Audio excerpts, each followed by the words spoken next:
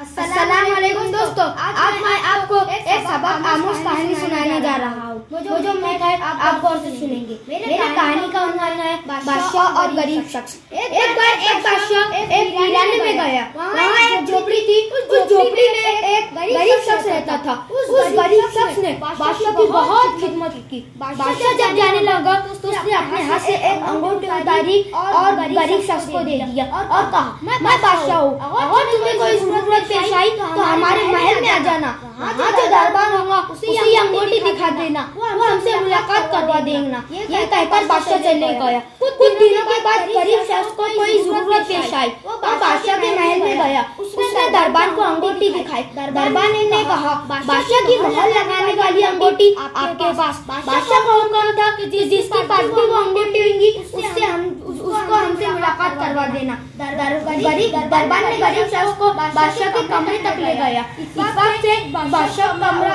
का दरवाजा खुला हुआ था। बादशाह नमाज में मशगूल था। उसने दुआ के लिए हाथ उठाए।